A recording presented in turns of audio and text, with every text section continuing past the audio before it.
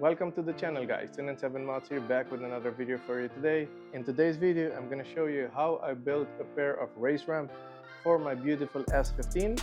The front lip is 5 inches off the ground, so I'm going to show you how I did the measurement. I'm also wearing today a microphone. First time I'm trying this because inside of the garage is echoey and outside is sometimes very windy.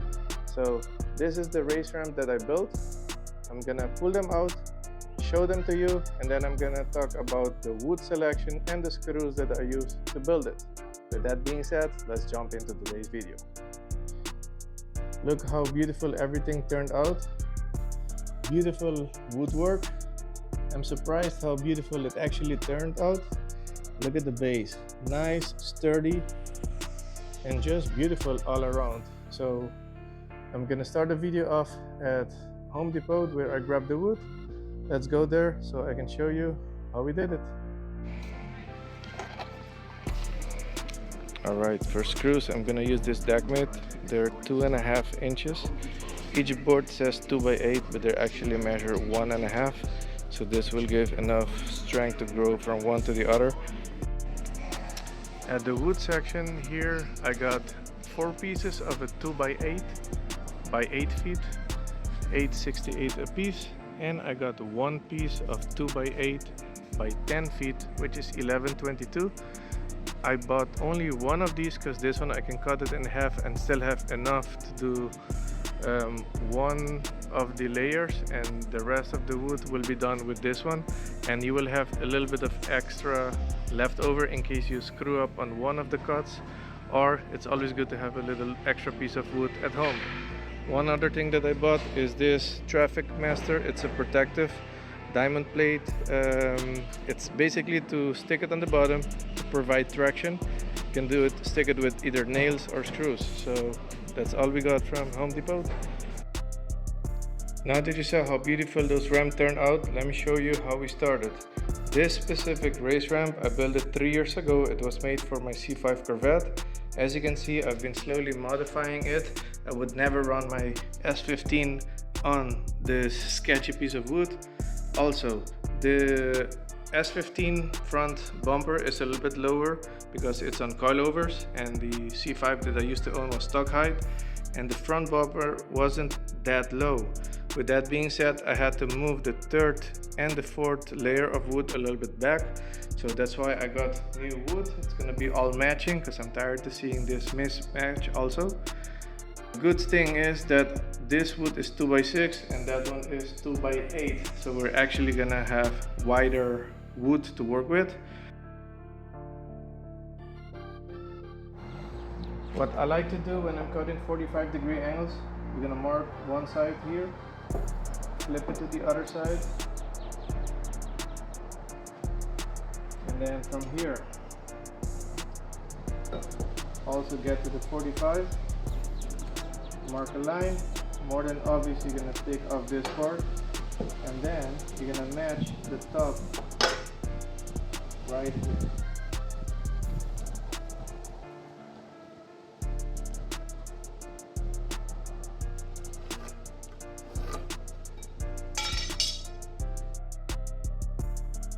Now you want to grab your square, hold it right here.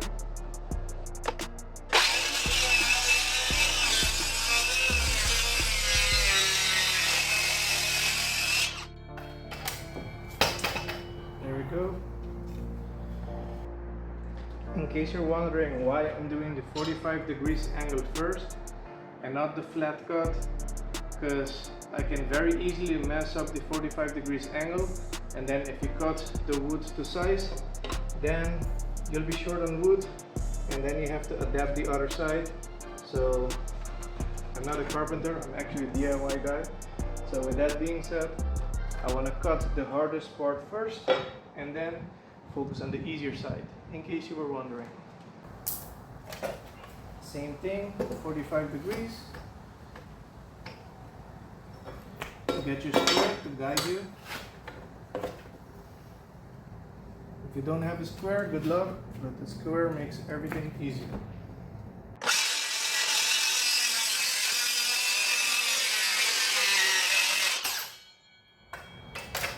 On the money. Now for the straight cut, you're gonna do upside down. Make sure you're upside down. And then you're gonna do 5.5 feet, which will between 5 and the 6. So in inches will be basically at 66. You're gonna make a line. All right, you're gonna set it back to 0. And then you're gonna start cutting.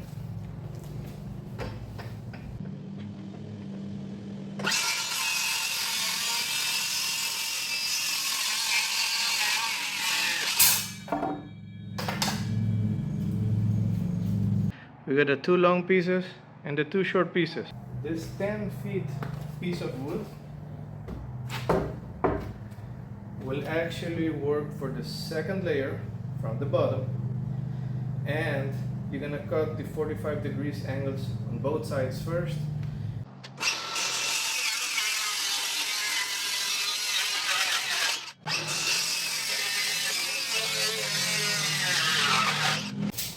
You're gonna grab 57 inches from one side. So we got 57 inches from this side.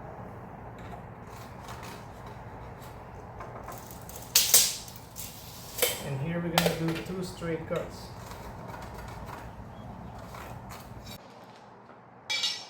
We're gonna get it here to 0 again. It seems like a lot of finagling from one side to the other, but it's not too big of a deal.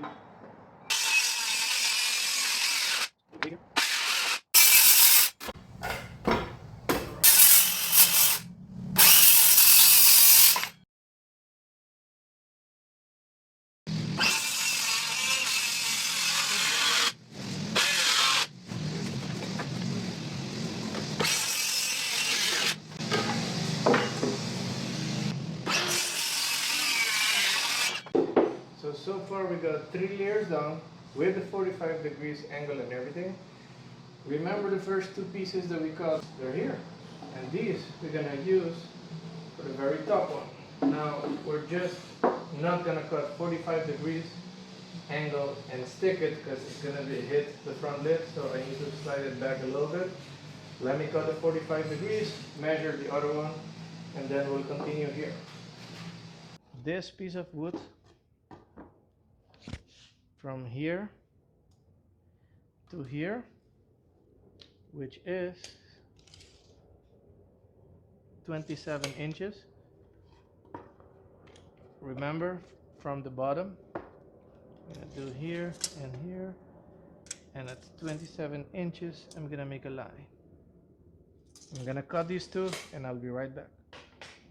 We have the steps ready. Now we just need to put a blocking point. You can either choose the blocking point, like put 2, or I would do 3 pieces of wood here to block the tire from running over. Or you can do it this way. You can put 1 here and then the other one here. Obviously chop them evenly, and then you'll have your addition on top. This is the end result. Everything is mocked up. Boom and boom.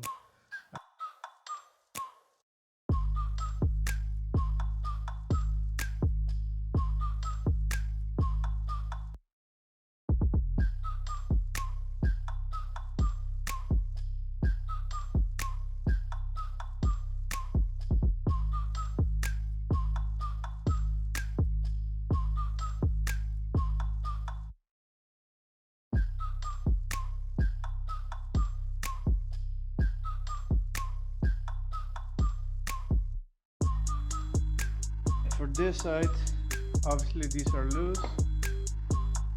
Make sure you hold it tight.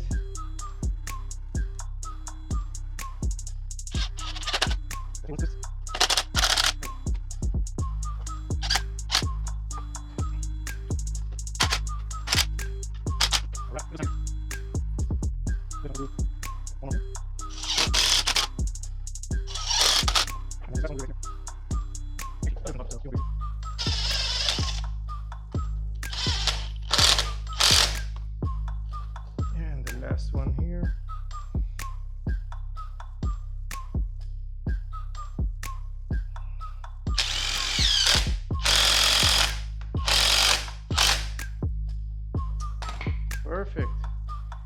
I got the first one down.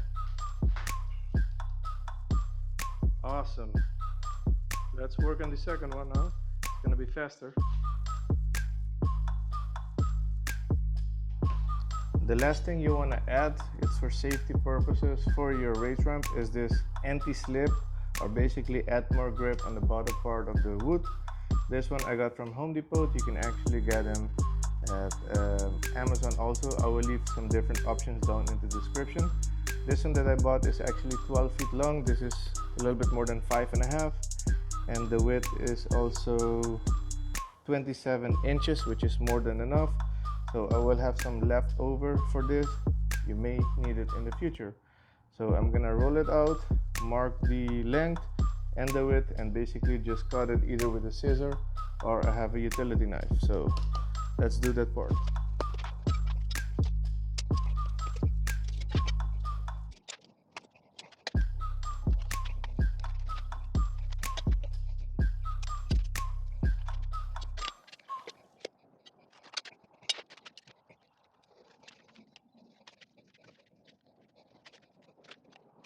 I basically measured 7 inches by 67, which is what my race ramp is, and cut a piece.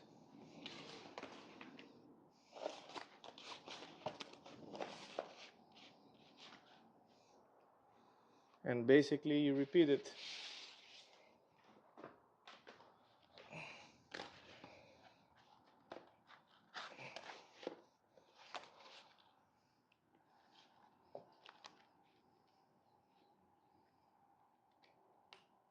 Now there's different way how you can stick this on the wood. I was thinking using if you can use a screw, you can use nail. I happen to have a nail gun. I happen to have also some U nails for the nails guns, which gonna be, I think, the best way to go for this.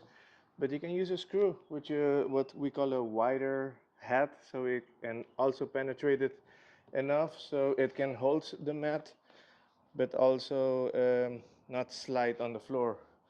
So I will use the nail gun. So up to you at this point. So let me load it here.